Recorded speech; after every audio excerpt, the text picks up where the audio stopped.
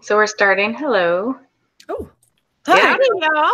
I wanted to surprise everybody. I actually wanted someone to say something embarrassing, is what I I was almost there. I was like at the precipice. I was So- too. Oh my God. Hello, everybody. This is Women of Deconversion.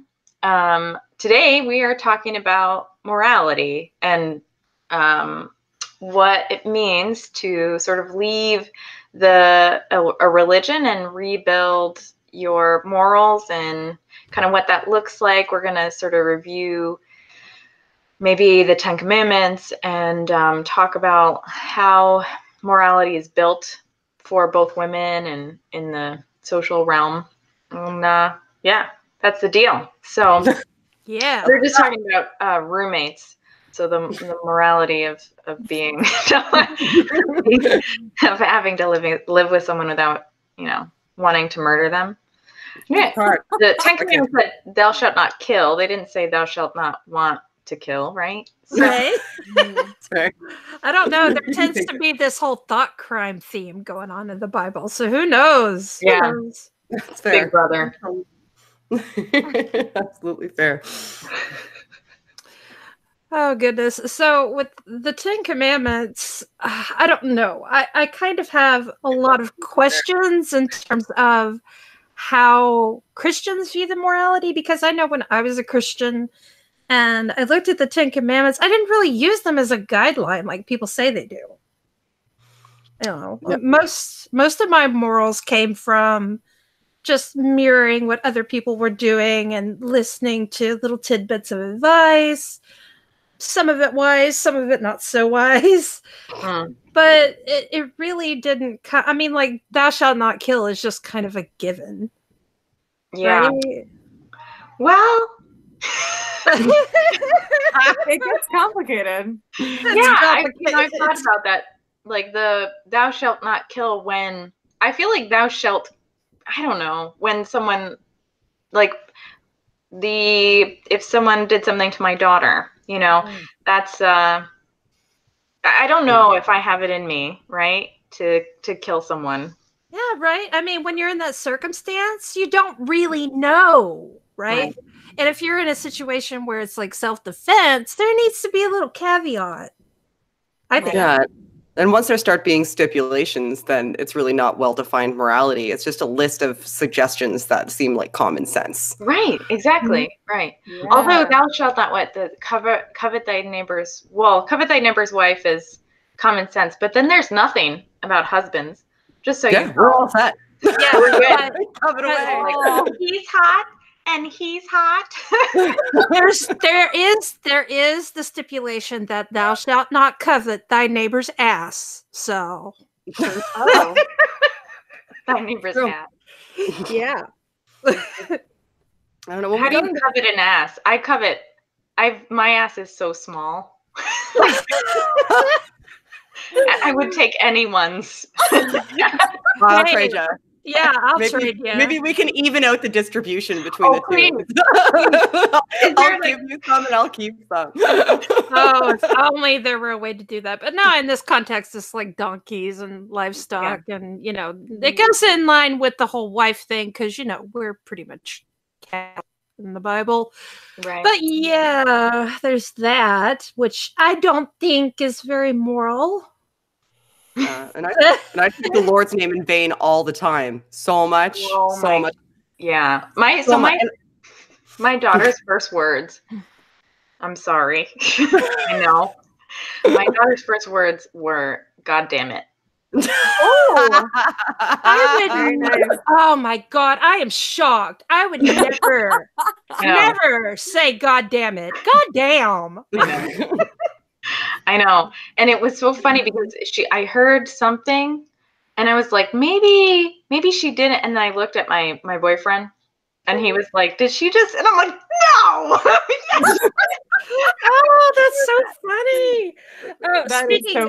Speaking of kids cussing, when my daughter was little, we had a fish tank, right? And she would walk in the room and she'd go, "Hi, bitch." She couldn't say the fuck. Hi, bitch. Oh, that's cute. I love that. That's a lot of fun. Yeah, Yeah. So, go ahead. Introduce ourselves a bit. Oh yeah, We talked about that before, but yeah, I don't know. Go ahead, you start. Okay. I'm Courtney. I am president of a local atheist community group in Dallas, Fort Worth, Texas. And I also help out with a channel, Atheist Edge, and I'm a proud member of Women of Deconversion. Yay. Yay. Snarky? Oh, I'm Mrs. Snarky. I snark around the internet, sometimes co-host on the Godless Iowans shows. I have my own YouTube channel where I do the snarky things, and I've been talking about philosophy lately, so yay! I am Shannon Q. I have a YouTube channel called Shannon Q where I talk about the intersection of psychology and faith and also engage in complex conversations. I'm also a contributor to the Apologia channel, frequent guest on the Non Sequitur show, venerated Twitter warrior. She's a long list. It's very long. Yeah. She's very accomplished woman. Oh, you're silly. But yeah, so and I'm also a proud member of Women of Deconversion. So yeah, hi. Well, hello everyone. I'm Christine. I guess I'm the founder of Women of Deconversion. Yeah. I think I can call myself that. There are others though. We sort of did this together. And Heather and Heather is a regular here. She and I do a podcast called Forsaking Faith, where we talk about the other side of deconversion, not the apologetic side, but the emotional side. And yeah, and other than that, I'm also part of Secular Hangouts, we're reuniting this Friday, which is pretty exciting. So Godless Journey, Graceful Atheist, and I, and sometimes Sierra Skeptic, get together and we chat about what it means to be. So that's a whole lot of men, and then me. So it's like, It always is. I need some friends. So that's how this happened. So yeah, so that's me, and this is us. We also have Rachel in reality, who is usually on with us, and Heather. So, but they'll be back, I'm sure, soon. Just have some conflicts. So yeah, so today, like we said, we were talking about morality. We were just talking about, I wanted to talk about, so I went to in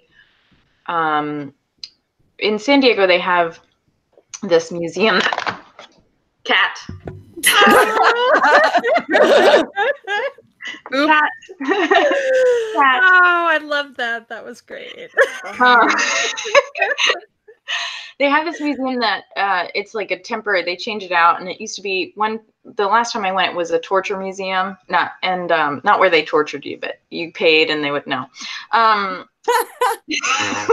does exist. I don't talk about those visits. That was on the L word one too.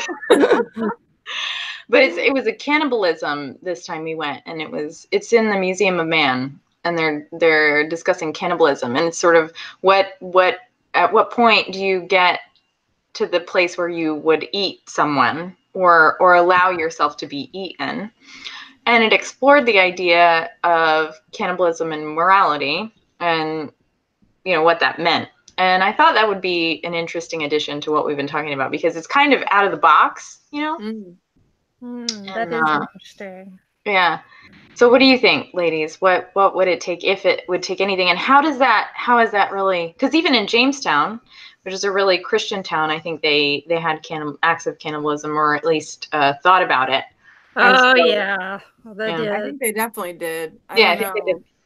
I'm pretty sure. Yeah, me too. I think so. Yeah, they weren't so bright. They didn't bring supplies, and it didn't work.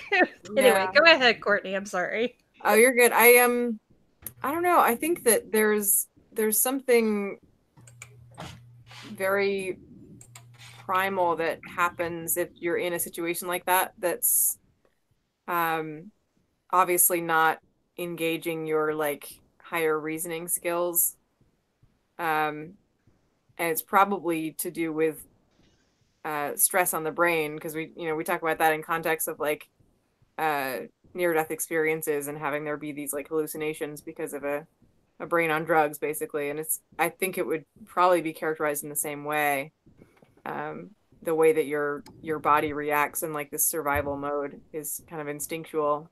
But I think if it's a conversation and like a rational decision, it's almost like the trolley experiment, or the trolley problem. What is it? Trolley dilemma, I guess you'd call it. I think it's trolley problem or dilemma. It might be dilemma. Yeah, so in certain contexts, like obviously all the choices are terrible, but there's a level of like less and more of a moral decision, like degrees of morality, which is what comes back to this idea of like the 10 Commandments being so black and white and right and wrong. Like there are shades of gray with everything, and you know, the fact that we have debates about things and we disagree about things, it shows how complex morality is and how non-black and white it is. Definitely. When it comes to morality, when it comes to anything, really, we have this kind of cognitive distortion to want things to be either this or this. So the dichotomous thinking is just it's kind of natural to us, you know, especially when we're looking at a situation from the outside and we're not really engaging in all the different dynamics and variables that come into play in circumstance, you know, which can make a big difference. Right. Like when it comes to the cannibalism problem, I would say I'd probably eat you all. I'm just saying. But if my daughter were in this situation, I'd probably let her eat me. You know what I mean? Like there's different caveats to that. When it comes to like family and stuff like that, it really changes everything. And I'm just kidding. I wouldn't eat you all. Well, you're not, unless I had to. You can, snarky. Oh, you would let me? That's so sweet. Yeah. I mean, I was going to be dying anyway, and we were in a situation where there was no food available, and I knew that I was going to be dying. So long as somebody didn't actively kill me and gave me the same opportunity to survive that they have, right. I think it would almost be immoral not to give somebody permission, because once you're gone, you're gone, right? Like whatever constitutes being me is no longer present, and if whatever it remains of my physical form can help sustain people who are going to die, if they don't utilize that, I'm gone. It's no longer of any consequence to me. I think it would be immoral to stop people from doing that if it was a requirement for their survival. Definitely. It seems parallel to like organ donation. Right. Yeah. It does. Really? Yeah. Actually, it maps on to my mind. Yeah. It's just because it's the gross factor, right? It's the factor. Which goes away when you like break down society, right? When you go to the survival, that ick factor becomes starvation. Yeah. It's totally different. Takes a backseat to death for sure. If you're hungry enough, you'll eat dog food. But yeah, there is Shannon brought up a good point here, that there is a difference between actively doing something and passively allowing something to occur. Yeah. So that's another caveat that can be brought into any moral question. It's interesting.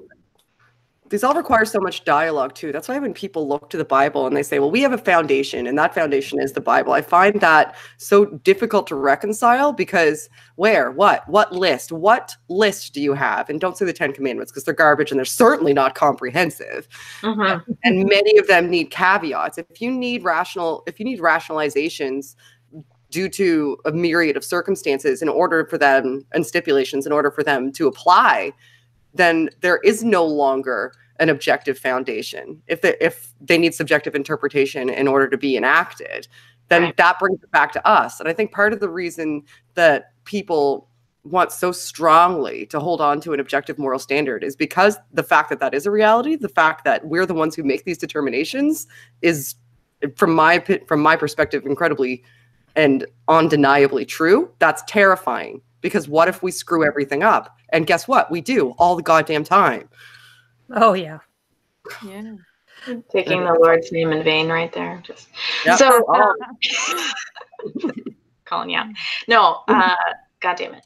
So anyway, yeah, no. But I see what you're saying, and I like that sort of the idea that we are kind of terrifying, and so how we look at philosophers, and I don't have any examples because, of course, I study ecology, so like, I'm like, no one does, but who spend their lives thinking about the trolley problem and the situations where you would, I would let people eat me because why not? It doesn't, but then are you dumping, like if they have any moral issues with it, then they have this dilemma that you've now transferred to them because you're like, no, just, it's fine. I'm probably not that good anyway, but people who go their whole lives and think of these things. And then we've got this Bible that's seemingly, I don't know. I think there are very few, even the unforgivable sin is debated. You know what I mean? Like the biggest, it's like, well, what is it really? Is it lying to the Holy Spirit? Is it not? Because the story of the unforgivable sin is when the couple, I think, comes in and they say that they donate, a certain amount of their, it's like money or flocks or something. This is a really poor example. I need someone who knows the Bible better. But I think they get struck down because they lied to the Holy Spirit or something. I don't know. That's what my mom would always tell me. Oh, it's lying to the Holy Spirit. But then there's sort of this vagueness around it that you wouldn't expect from a God who wanted obedience. And that sort of is happening with the 10 Commandments. Like, why didn't you use like 6 more tablets and like explain some of the stuff that's confusing? Heavy. Hey, but, to be fair, those tablets are heavy. They are. Yeah. And there were more, right? There were more, and then they broke or something, and then he broke them. He broke them. Maybe they were written and they got lost along the way. Maybe that's it. But yeah, of course, like, but why? Like this God who's like wants us to be obedient, wants us to follow a certain way if he exists.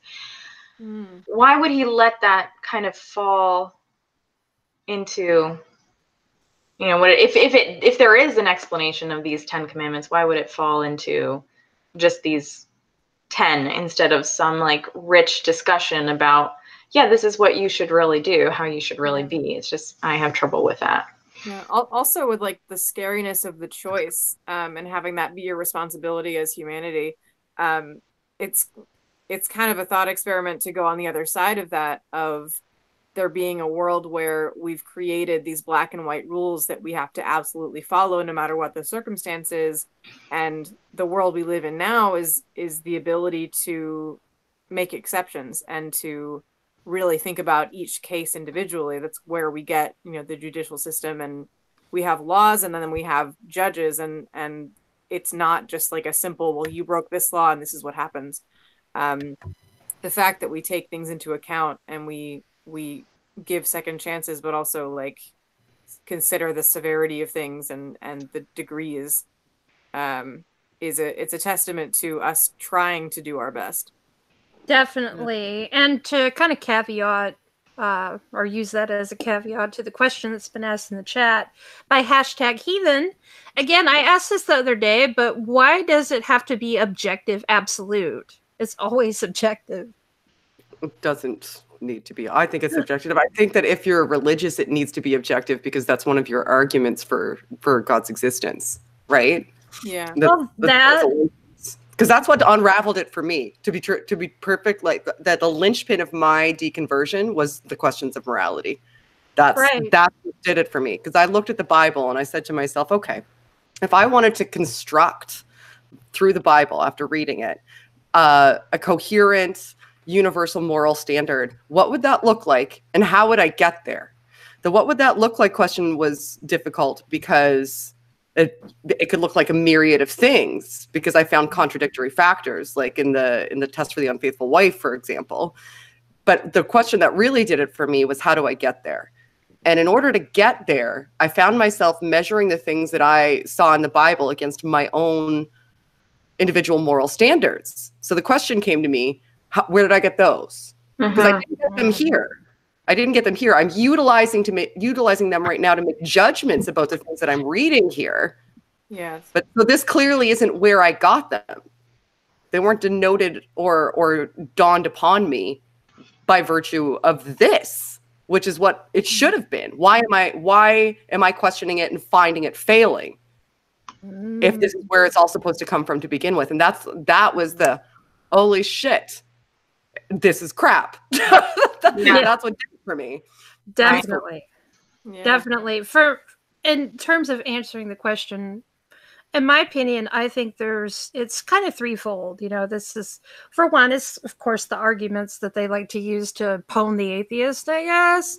And two, I think that when you look at their framework, it's all based on this foundation. And if this foundation doesn't exist, then the world is scary. Then my choices are scary. Then, if God didn't make these laws, then where did they come from? And that's a scary thought. It's the unknown. And also, I think that it has a lot to do with, well, why am I a Christian? Yeah. I'm a Christian because I have these morals. And these morals are principles that make me a better person. Therefore, I'm better because of the Bible and this moral foundation that's been set. Do you think it might have anything to do with the promise of absolution too? Like the promise that if you're deviating from these standards, that it's okay. Like it almost has a failsafe built in that allows you to be human, but forces you into an arbitrary standard simultaneously. So if I make a mistake, I have to own it. I've only got this one life. That's it. I have to reconcile the fact that I did it. I have to, make reparations to the person or people I did it to. I have to live with it for the rest of my life, knowing that it's a choice that I made and that I have to live with it potentially forever or fix it. And that's it. Like I can't do fundamentally or essentially nothing to change or make a deviation from the way I behave, and just ask Sky to forgive me, and then have that absolution lifting that guilt off of me. Yeah, exactly. You've got like special privileges, right? Yeah. You get to go to this special place for all the wonderful people, and all the heathens, they're just screwed.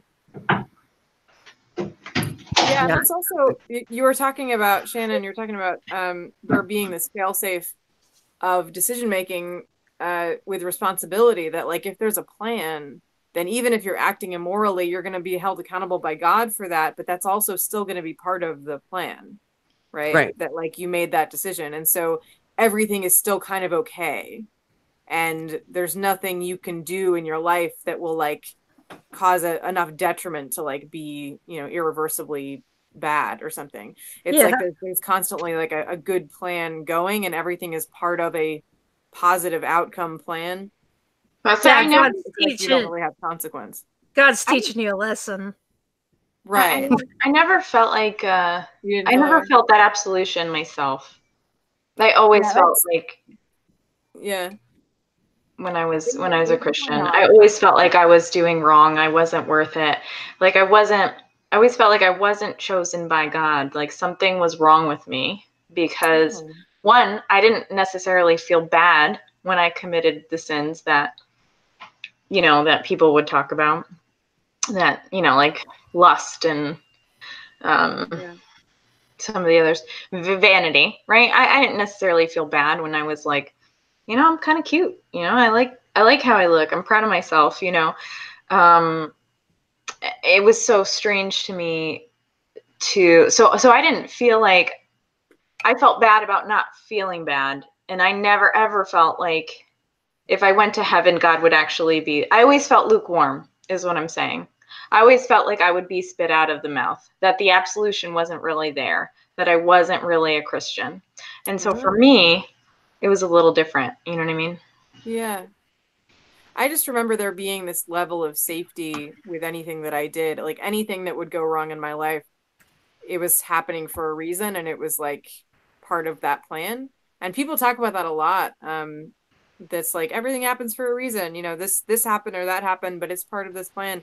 And yeah, there are days when it's a comforting idea, but for the most part, it's just kind of annoying because you are aware that it's not true. And I think more people behave in a way that, you know, suggests that they don't think it's true either. I think it's just something people say. So I'd be curious, like, how many people actually think that. There are so many things in like religious faith where you're like, yes, you're a believer, but do you believe this specific thing? And they're like, not really. Yeah. Especially now, especially with this, like, we're starting to see each other more as individuals and accept, you know, even Christianity has, well, so recently, the Methodist Church internationally denied accepting homosexuality. And nationally, like, Methodists in the United States actually have, you know, LGBTQ preachers and accept them as people, which is nice, you know. Perfect. Great. So does the Mormon church, in a manner of speaking. Oh dear. But, and so from what you're saying, and I totally derailed, my brain just went, I have to remember this thing, and now I can't. Like, but yeah, I think that nothing. I lost it.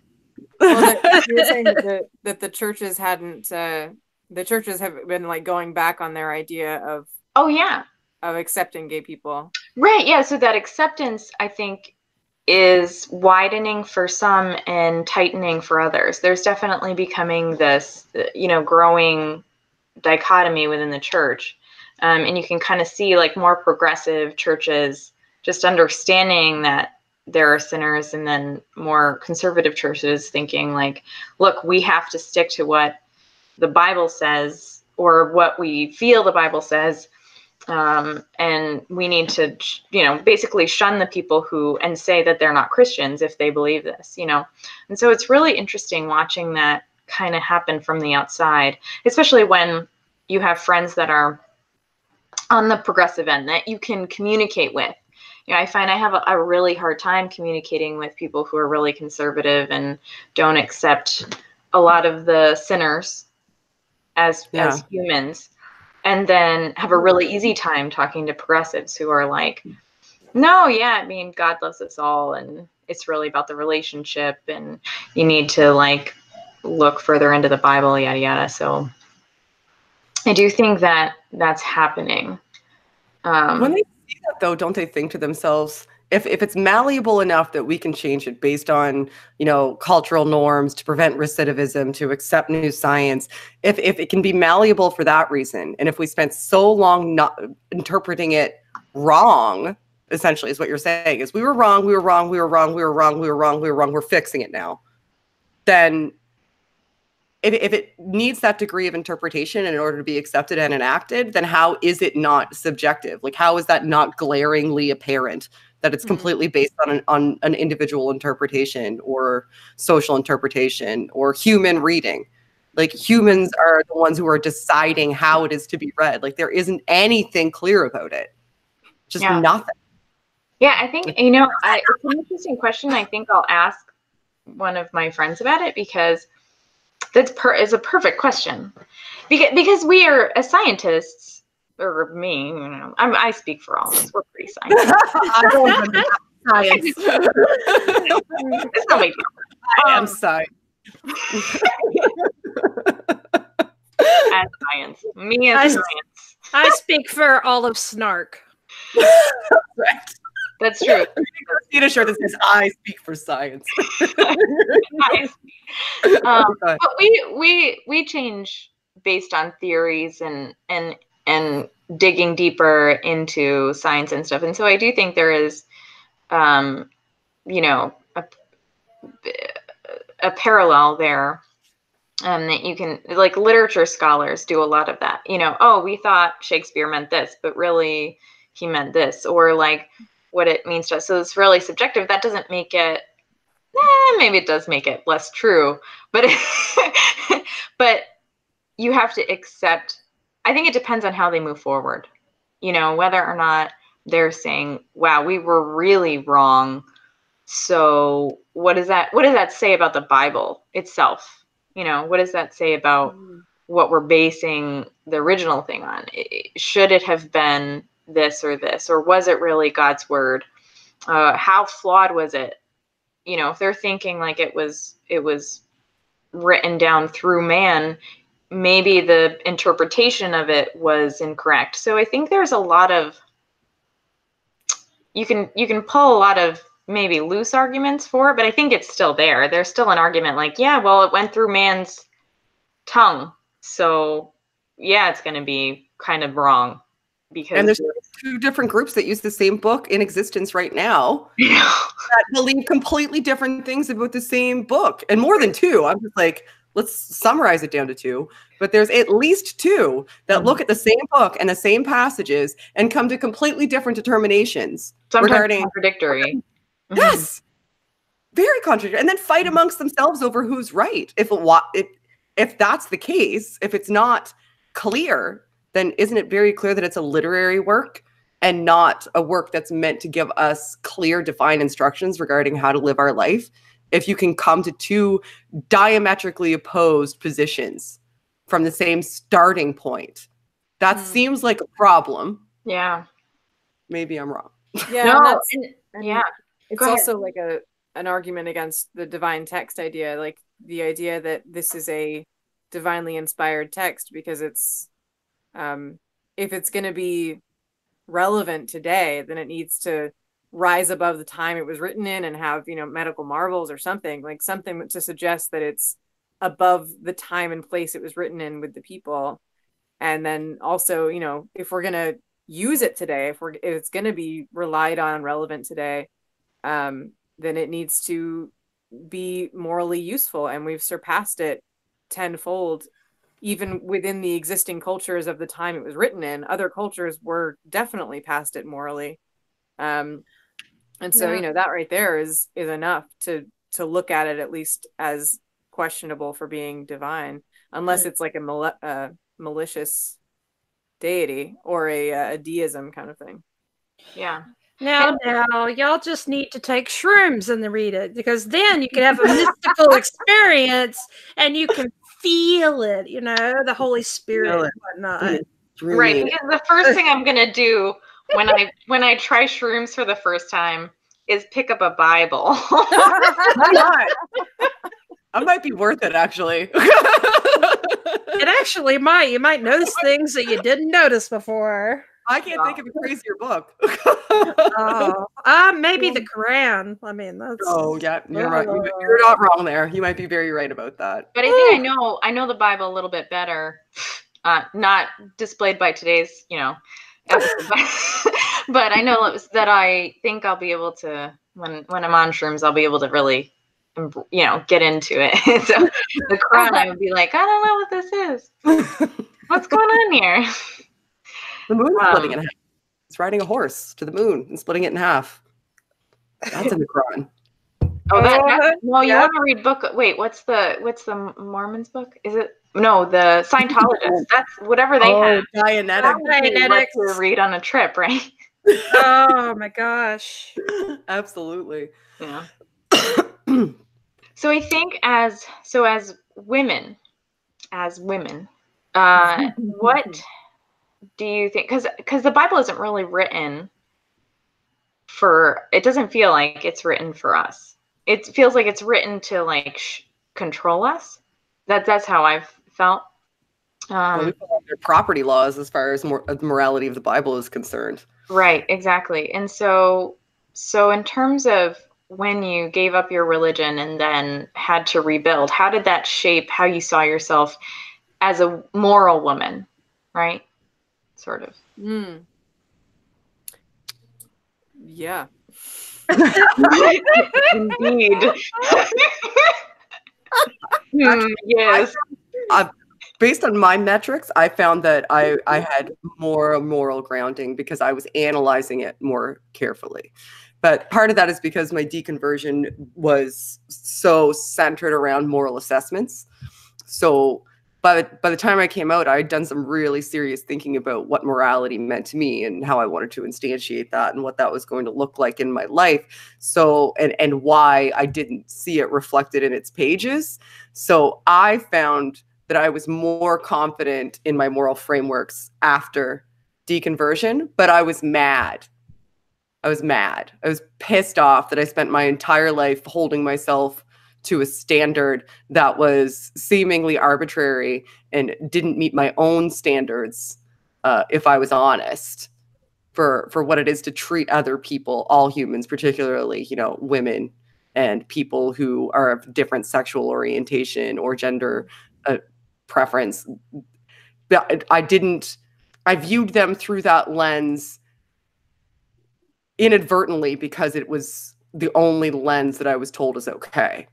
So I was pissed about that because if I was honest with myself, that's not the way that I really saw things. And I felt conflicted internally every time I was making a moral judgment that to my mind is moral, but by my standards, I was conflicted internally because I felt like I was deviating and doing something bad by doing something that I consider now, and kind of considered then, because I did act that way then, even though I was conflicted about it, to be moral. So I was pissed off that I was put in that situation and even had to question whether or not those decisions were moral based on an arbitrary subjective standard.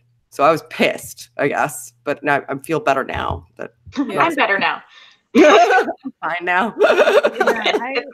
I don't think I differentiated my gender with my morality. Like I honestly wasn't aware of the terrible role that women play in the Bible, or that the Bible plays for women in there. So it's kind of interesting. Like I didn't realize, or I wasn't aware of a lot of the horror in the Bible until I deconverted.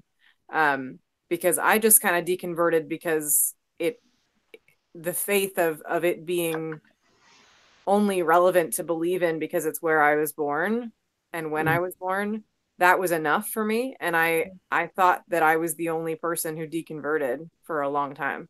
And so I found this whole community and authors and everything, and I learned a lot about the Bible after I deconverted, because I wasn't too well versed in it when I was a believer.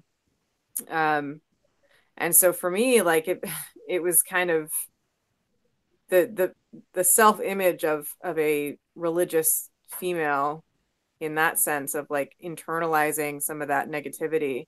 I never really got that. I got that from an education standpoint on the outside. So I'd be more curious about like what Christine and like Heather experienced, and Rachel, because of their very specific, like, women have a certain role in the church upbringing, because I didn't really have that. Yeah. Snarky, you had that too, right? Yeah, I had that. And it was very conflicting for me, because I was always this person that I had to question. And anytime I would question something, I was bad, especially because I was female. And I'm supposed to be like silent. And I don't know, it was like I was allowed to talk when I was agreeing, but I was just so wise and so insightful. But then, like, when I'd run across a scripture or something that would bug me, and I would go, well, what's this about? What does this mean? It was basically just shut up and take it. You're supposed to be submissive, and you're not going to be a good wife if you don't learn your role and stuff like that. So I don't know. And I just always found something inherently wrong with that. It's almost as though questions are treated like asking honest questions and having an honest sense of inquiry. I don't know if anybody else found this when they were deconverting and talking to people and talking to pastors. I felt as though people were getting angry at me for even asking the questions I was asking. And a lot of my questions were surrounding morality. They were essentially like, why are you even asking these questions? You're not looking at it the right way. I'm like, well, I'm trying to. That's why I'm asking you these questions. They would get angry at me and accuse me of being divisive, or accuse me of purposefully trying to misrepresent the Bible. Like, I wonder if other people haven't encountered that too, because I was an Anglican. I was in a church that was a little bit more open with women. Like, we ultimately got a woman who was a reverend. My grandmother actually left the church because we got a woman reverend. Oh, wow. We went to a whole other town. Yeah, like, so I wonder if other people encountered that too. And that's another question that's interesting to me, is like, I look at my grandmother, who was very strong, very stern woman, a matriarch in every sense. Like, what brings you to the position that you have so little faith in your own sex and gender, like as they exist within the church, that somebody in the church going into a leadership role that happens to be female is enough for you to pick up and leave? Yeah. And you're a female. Stuff like that really makes me question, okay, is this person just inherently got this idea that females are not worthy of listening to, or does it come from the religion? It has to come from the religion. Yeah, I struggle. Yeah, I struggle with, I mean, the whole Adam and Eve deal, right? Like, yeah, it was tough, like, in terms of how the woman was the initiator of moral destruction, essentially, right? Or at least the one who asked the question, right? That first apple, like, well, it's what do I want? I want to know more, you know? And then how that, like, was viewed as, like, no, that's bad, you know, like the tree, knowledge of good and evil, like, accepting that. I mean, that fundamental basis, the thing that the church starts with is, you know, we made this dude, he got this woman sinned, but she sinned by asking a question. You know, she sinned by looking into the knowledge, wanted to know more. And like, how is that, for me, that's like, what? Like, how does that build a good basis for, I mean, it builds a perfect basis for religion, but how does it build a good basis for growth? It doesn't. Yeah. It just doesn't. Yeah, also, like, the idea that women are subservient to men, I definitely think it does come from the religions, but it makes sense for women who believe in Adam and Eve, because there's, like, this sense of women being of men and created for men and to serve men, and so it sort of at least softens the idea that there's a role that women and men are playing that are separate. I'm just here as a plaything for men. I can hear things hitting Jen's wall. You guys know Mr. Atheist? Oh yeah. Jimmy, yeah. He did a thing maybe a few weeks ago that was just like ranting and raving, just like Mrs. Snarky, about this guy who was arguing for like female sexual pleasure being like completely irrelevant because it's only the hell with that guy. It only exists to extend or enhance the pleasure of men, like, and that goes back to the you know, women are of the rib and this is their role that they're playing, like, even that. So he was arguing that, like, women who have pain during sex, like, should endure that for the sake of their husbands and not let on that they're in pain and not complain and, like, not worry about it, because their relationship with sexuality is only in relation to men's sexual pleasure. It's just, like, so messed up. Oh, I know. I saw that and I was just like, oh, this is the most disgusting crap I've ever heard. It's so abusive. The woman should endure the pain just because he's happy. Yes. What about her health and well-being? Right. And why doesn't he care? Who is she? Right. So this is what's strange about the women and the moral code and the Bible, you know, is that, like, can we actually sin? Are we actually, if you look at, like, the foundation of a lot of what women are in the Bible, are we even, of course, this is my daughter, everyone, don't like she's on screen because someday she's going to hate me, and because she's going to be like, Mom, why did you let me wave in the background? Such a weird. and also privacy. I don't really want any whatever. But yeah, so it doesn't feel like we are the temple. Your body, when it says the body, your body is the temple of God. I mean, how often that was used to like talk to me, talk like you need to like realize you shouldn't let men touch you because your body's the temple of God, yada yada. And then I'm realizing like that's such a strange duality, you know, because like I don't even feel like the Bible was written for me as a woman. I don't even feel like it's speaking to me. I feel like it's got a bunch of rules that I have to follow, but not that like anytime there was something in the Bible that said, you know, go out and I'll make you fishers of men, right?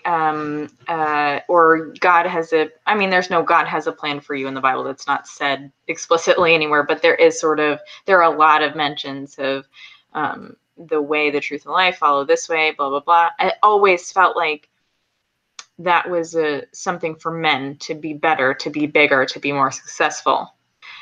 I never ever felt like that applied to me. You know? So you weren't too impressed with the story of Ruth trying to get a husband? Ruth,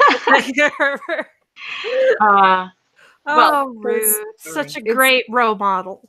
Esther's pretty good. Is that like women? No, that top is up. I'm gonna mute. Go ahead. So, Christine, are you saying that like the idea that the Bible isn't written for women is sort of like the Bible isn't written to serve in women's best interests? It's only in like man's. No, I really think it was written for men to read. No, yeah, but like just the idea that like when you're reading it as if it's a divine text, it sort of feels like it's only written in the best interest of men and to the detriment of women. Yeah, that does feel like that. In much of what I've read. I mean, even when women were triumphing, they were still under they were submitting to men, or they were trying to help men, and so it doesn't feel like there isn't a lot about Deborah, the judge, but I would like to know about her. That's like the only time that I see a woman in a high successful position that might offer some guidance as a Christian, you know, which I'm not, but now I'm good. I'm like looking at other women like. And I mean, like even Mary is venerated, but she doesn't have any messages to dole out to people, right? Exactly. So the only reason she's venerated essentially as a vessel that delivered the physical instantiation of God onto us. And that doesn't even seem like it was her choice, right? Like she was selected for that. And also when, you know, the Gospels were put together, the book of Mary Magdalene was left out. So that's now considered like part of the Nag Hammadi, the apocryphal text. But yeah, it's almost as if, now I'm going to go a step further than saying it feels like it's not written in the interest of women and say it's not written in the interest of women. No, it's just not. Yeah. So. Well, it was written for the lens of the culture at the time, and the culture at that time didn't have a great perception of women, right? Women were property. Women were property at that time. I wonder if, of course it would be. Yeah, I wonder if there's like a parallel, if we look back at history, if there's sort of a parallel collection of texts that we can bring together to see what the Bible would look like for women. You know, I just wonder. I have no idea, but that's such an interesting idea. Yeah. Right. To see what would we do in our Nicene Council? What texts would we say are, you know, bolstering each other and put together and how the best messages. Whatever story had, or whichever book had the story of Lilith, and that's it. Women on top, baby. Yes. Well, there was that woman who put the stake through that guy's head in the tent. What was that woman? She was in the Bible. I don't know, but she speaks to my spirit, whoever she is. Yeah, this might be kind of off topic, but there's this like idea around like anti-feminism that's sort of arguing that women trade their lack of freedom for protection, and for security, that like they have things paid for, or they don't have to make the same like sacrifices in like career and whatever, that men do in order to like survive in a way, that they have this like out and option to like, I don't know, be wives and mothers and things instead, as a sort of trade-off for being equal members of society. And it's, I don't know, like that's really messed up. But it's this sense that like women, it takes the choice out of that. Like women having that role in their life is a righteous choice for them, and that's fine. It's just that like the idea that society should keep women where they are because we're giving them this protection, but neither of those things are of their own choice. Yeah, that's interesting. But so you think that women are forced into a situation where they don't really have the free choice, or were previously, and it's starting to kind of course correct now, where in order to just, survive at all, they kind of had to be kept, because being out on their own, they wouldn't, like society wasn't structured in a fashion that would give them opportunities to survive and thrive. Yes. They did not make those choices. So for survival purposes, in order to continue, existing and flourishing to whatever degree what they were able to do it within that framework, they almost had to make that choice. Yeah. That's funny. I mean, this is another, it's on topic of what you're saying, Courtney, but it's way off topic, right? But like, it's interesting that we are also kind of, with our society, we are taught to isolate ourselves from each other. I mean, women we go to the bathroom in groups, right? We do some things in groups. But in our society specifically, it's not in all. I know there are a lot of cultures where it really takes a village, and men are more part of the rearing process, and they do the hunting, but then the women have like leadership roles, so there are different aspects of this when you look at different cultures. But ours, because I was thinking of the Amazon, right? Amazon women, and how like the way that they're portrayed is when they're together, they're stronger, and I'm sort of looking at like how society is now. I feel like really isolated from other women now. Yeah. I wonder if that, and it's funny because we hear all the time atheists who've commented on our channel say, "Whoa, like women with voices," What? Oh no. No, and they're saying it's good, but it's rare. Yeah. It's rare that we come together like this and pull each other up and talk to each other. I mean, there's a big movement of like, hey, pull your fellow woman up, your fellow lady, and I see that a lot more recently. But I've noticed that has changed. There has been a shift from like this isolation to a collaboration, basically, And so that's sort of kind of what you were talking about, Courtney, in terms of like, yeah, I do think it has been really different in the past, but I do think it's changing. Yeah, and part of what makes this possible is women giving themselves and each other permission to have ventures like this, that like you may not see in the world this already happening, and you give yourself permission to make that happen and to be the first,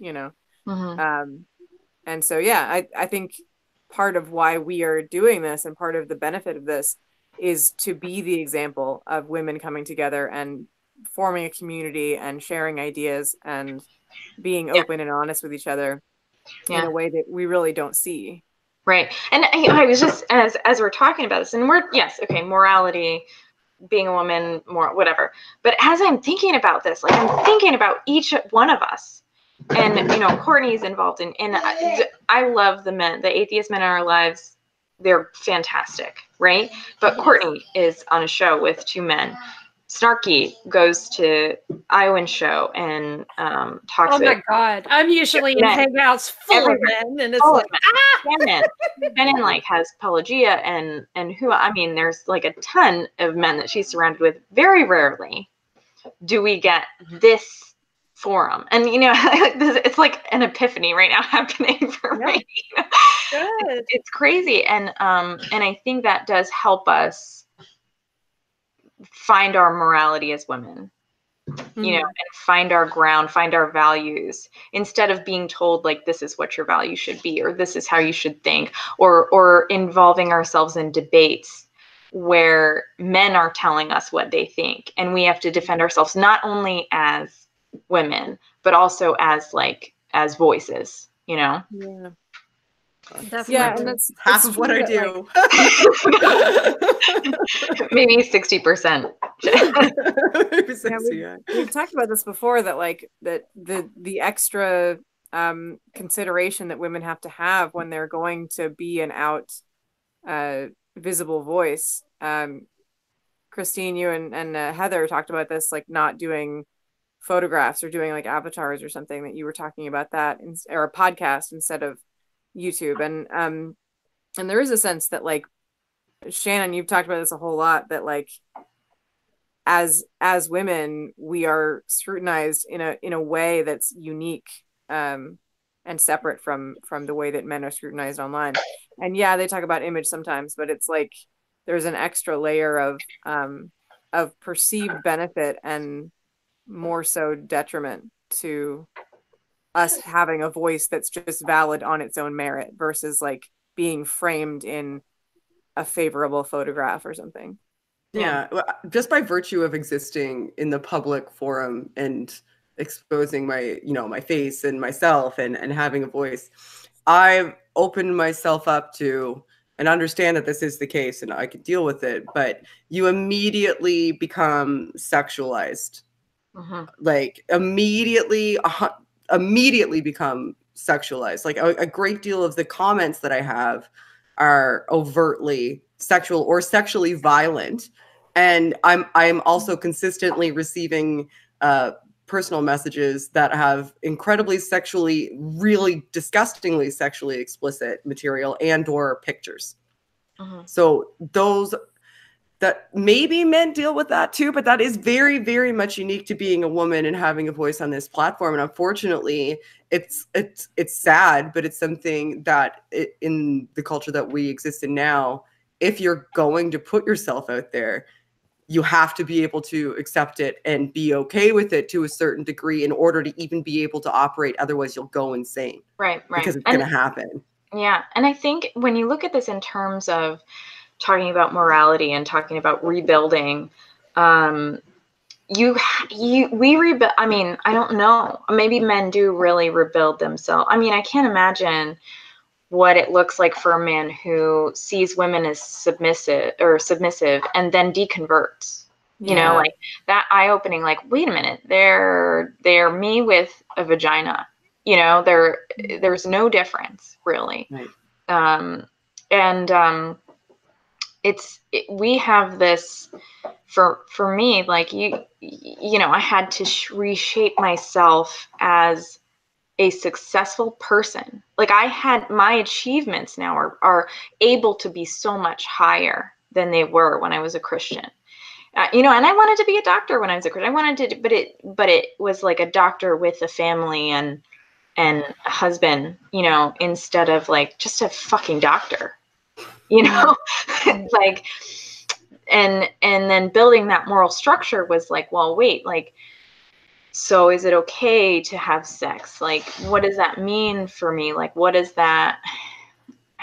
Is it different? Am I allowed to have multiple partners? You know, am I allowed and still be the same as a man and still be as valuable as a man? You know, it was very different. What you're talking about too, like the sense that I think there is a difference in like sexual morality biblically between men and women, and so what you're talking about is definitely I think it's a stronger transition that women have to make, of seeing themselves as liberated sexual beings. No, definitely. I think it happens on a larger scale for them than for men. It's an interesting question too, whether or not engaging in any sort of sexual activity immediately, like, why is it that we think that that somehow lessens value? Why? Why is it? Like, do you think that men engage in sexual activity and come out of it thinking, oh my gosh, what have I done to myself? What does this mean for who I am? What does this mean for how other people are going to perceive me? What is this? But women go into that because there's this, mental schema that a woman is ruined. Yeah. Once something like that. And where do you think that comes from? It comes from memes that have pictures of salmon on them. Oh, what? Oh, that's so bad. Well, if you haven't seen the meme, then you're bad. Then lucky you. Yeah, lucky you. Oh my gosh. But yeah, we're definitely held to a different standard sexually, and it's almost as if we attempt to level the playing field, pun not intended, or maybe it is, then it seems like, I don't know. I don't want to say that it makes them feel threatened, but I don't know what other conclusion to come to. I really don't. Well, it threatens the paradigm of the structure of the society that they have that kind of gives them a benefit, I think. Like once we start becoming more autonomous and making our own choices and becoming more self-sufficient and not internalizing our sexuality is something that's inherently detrimental and something that is telling of who we are as a person and can tell you something about who we are as a person, then that becomes an issue because we're no longer fitting into the paradigm. We're not able to be controlled by virtue of them in society telling us that what we do sexually is a reflection of who we are individually. Definitely. Yeah. And you know what really bugs me is that even if you don't say anything about your sexuality, if you say, I'm an atheist woman, it's automatically assumed that you're a slut. Yeah, it's automatically assumed because all you want to do is sin. So obviously that means you want to just be a slut. I mean, yeah. I think it's also worth noting that like just attractiveness is like tied to perceived intelligence as well. Definitely. And also like just likability and value, because just in like the workplace, there's a sense that like if you're too pretty, then you're going to be perceived one way, and then if you're not pretty enough to like be seen as valuable or whatever, like there's a difference there. That's there's like a fine line you have to walk of being like likable enough and attractive enough and all of these things, but not too much, not seen as like too likable where you're like a pushover, and too attractive where you don't have any other value outside of your looks. Yeah, it's a really strange tightrope you have to walk. Oh, definitely, definitely, 100%. And I think to bring this back to morality in terms of like your looks and things, like, where is it? And I mean, granted, fine, we were built to be submissive to men, but where are those rules? You know, the rules that say like, no, you really need to take time and treat women the same, whether or not like what God would think it was beneficial for society to have a submissive other half, you know, like you're so much more successful in a relationship when you have a mutual understanding of respect and care, and when you can see that the other person's perspective matters. You know, that's so much healthier in a relationship than, I mean, maybe I'm missing something. I think the answer to that question in terms of what kind of God would allow for this kind of thing is probably a patriarchal God made by patriarchs. Yeah. Yeah, and also that like society works better when when everybody is kind of on an equal opportunity footing. Definitely. That like men and women, that women have a different type of contribution that is just as valuable, and that you know, diversity is beneficial, and that's completely ignored by a lot of like religious societies. Yeah. Agree. And there's like Christine said too, like I just said like a lot. Sorry about that. So what Christine said, to speak to what Christine said, there isn't really a set. Everything seems to be directed at men as well in the Bible. Like there is no set of rules that a woman can really look at and say, okay, these are the ones that specifically are from my perspective that I can enact and that makes sense to me and that take care of me and take my best interest into consideration. I don't like, where would you find those? The ones about, you know, exactly how to stone me after I get raped if I don't scream loud enough? Is that the one? Like the one about how I'm unclean and you can't touch me unless, or if you touch me, you have to go outside of town if I'm on, you know, my period. Is that the one that's taking me into consideration? The one that isolates me for, you know, a biological process that says I can't sit on certain things or no one else can sit on them? Yeah. Are those the ones that are supposed to be from my perspective? The laws about how if somebody thinks that I might have cheated on them, I can go to a tabernacle and they can essentially give me, God will give me an involuntary abortion, whether I want to keep the kid or not if I happen to cheat. Is that the one that's thinking of me? Like, which one? Because they're not. They're made about me as though I'm a commodity. They're not made for me as though I exist as a human and have value. Exactly. I would definitely I would definitely like to talk about this specific topic more, like what it means to like build not only a new set of moral values, but as a woman, like to step away from Christianity and how that, I mean, this is what we talk about every week, right? But I think there's something here in terms of what it means to, like what the Bible really means, what it really means to a woman, what it's saying, and how relevant is it to, is it really written for us? You know, that kind of idea would be great to explore. Because I mean, Shannon, hell yeah. I think it's like, what, I can't sit on a chair if like I'm like, what is that? Seriously, what is that? And if someone touches you, they have to go outside of town. It's written by men who are skeeved out by blood coming from a vagina, right? And that's not weird. That's beautiful. You know, we create life with that cycle, you know? Yeah. And here you are saying it's unclean and disgusting. I don't buy that, you know? At all. Yeah. It's like, how the hell do you think you came into existence, dude? Seriously. Yeah. You are my Miss Period. That's right. That's right.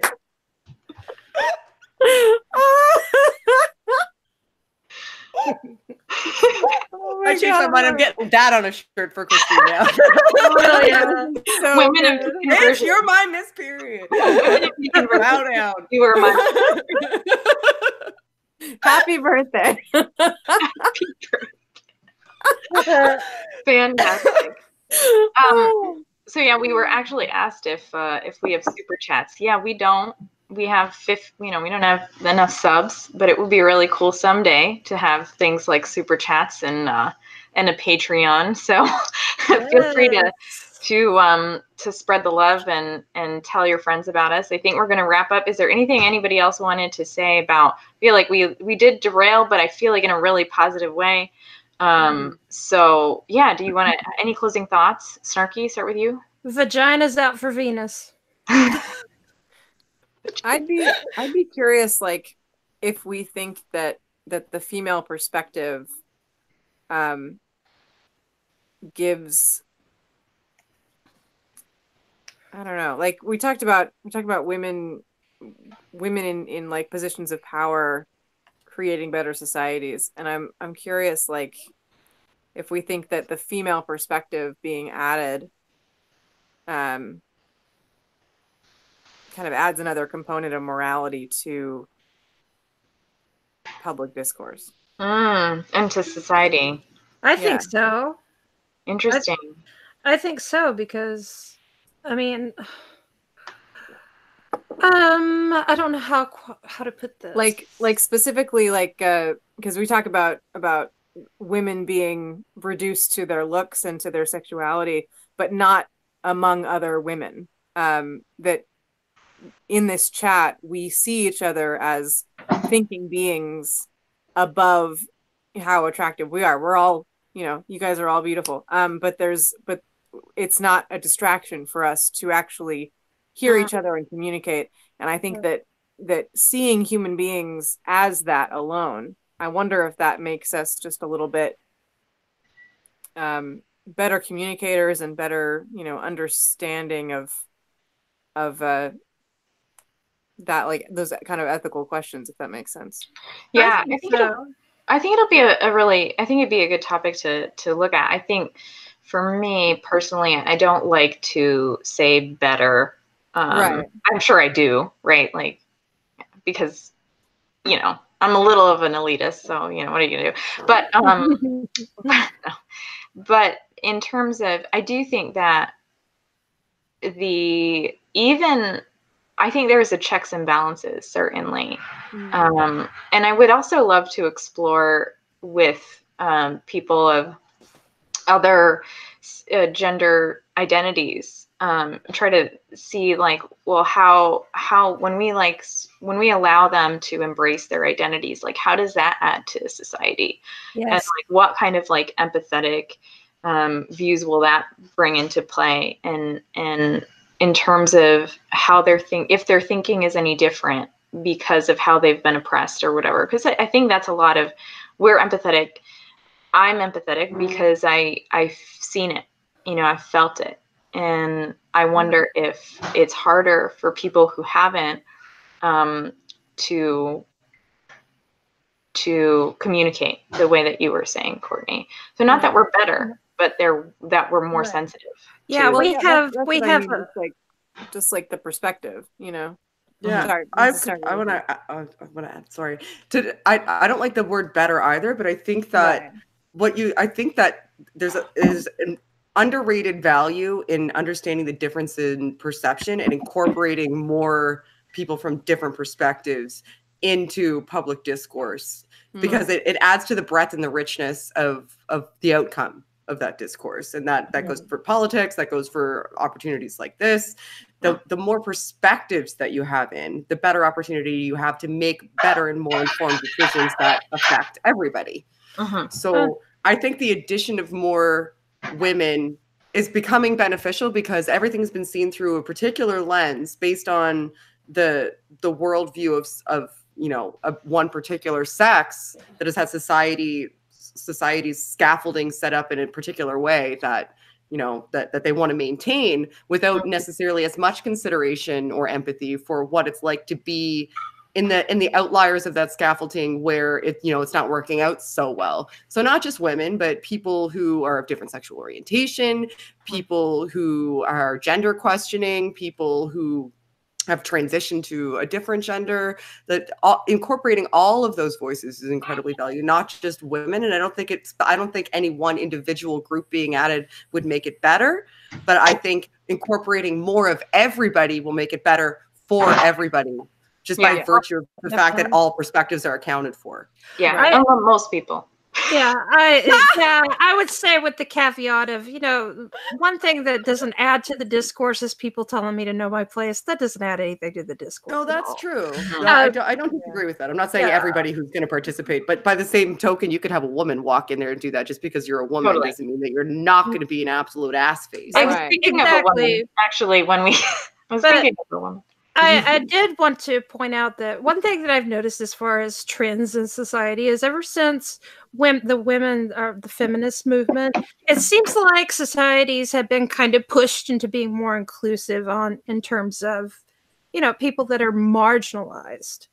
Or maybe that's just me, just being, I don't know, hyper focused on feminism or whatever, but it does seem to be the case. The more you include women in the discourse, the more empathy you see. At least generally speaking. Generally speaking. That's not saying that every woman is has a sense of empathy. My mother I'm a nightmare.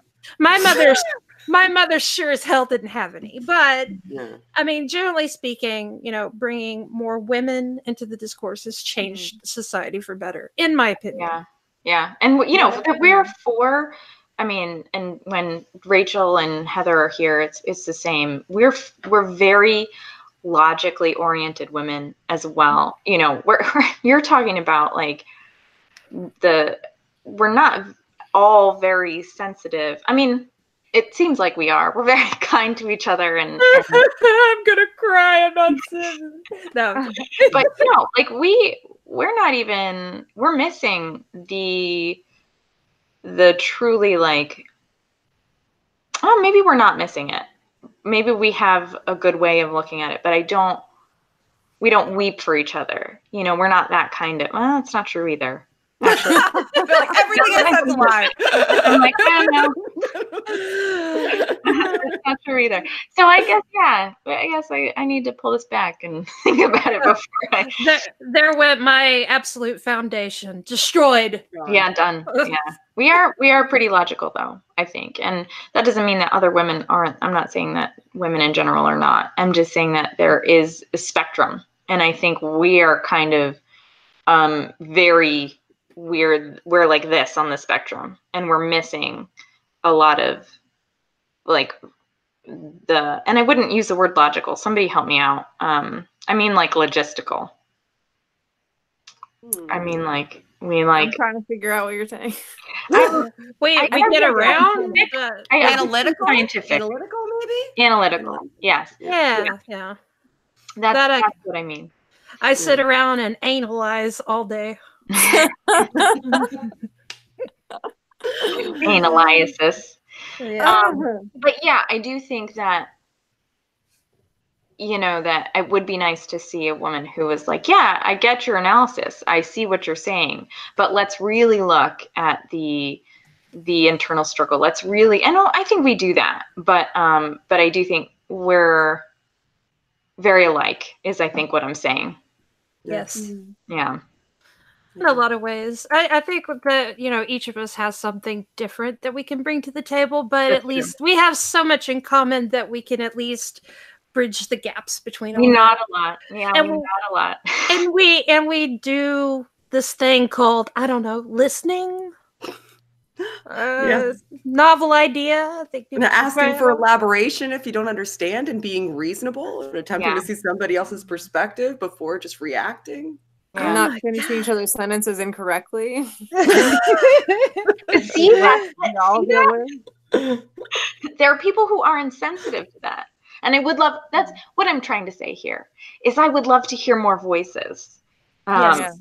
You know, voices who are not as much like us, who have real, like, you know, anger or maybe like bliss about, like, you know, because we're in the middle. You know, we're like, yeah, I'm a little angry, but you know what? I've dealt with it.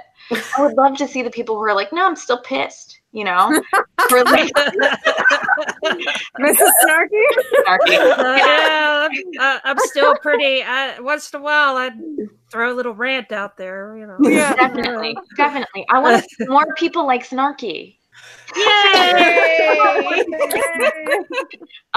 So anyway, yeah. So I think I'm gonna, unless anybody else has anything more to say, I do want to open this up to.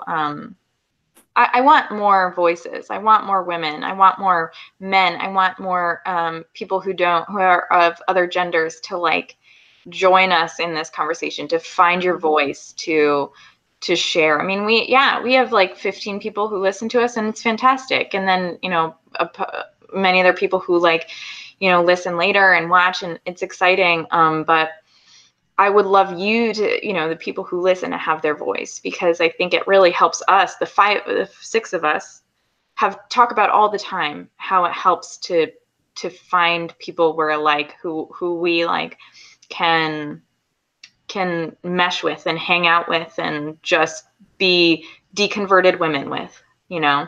And I just want to like open that up. We do want to grow this community, and I'll try to be more aggressive about that in the future.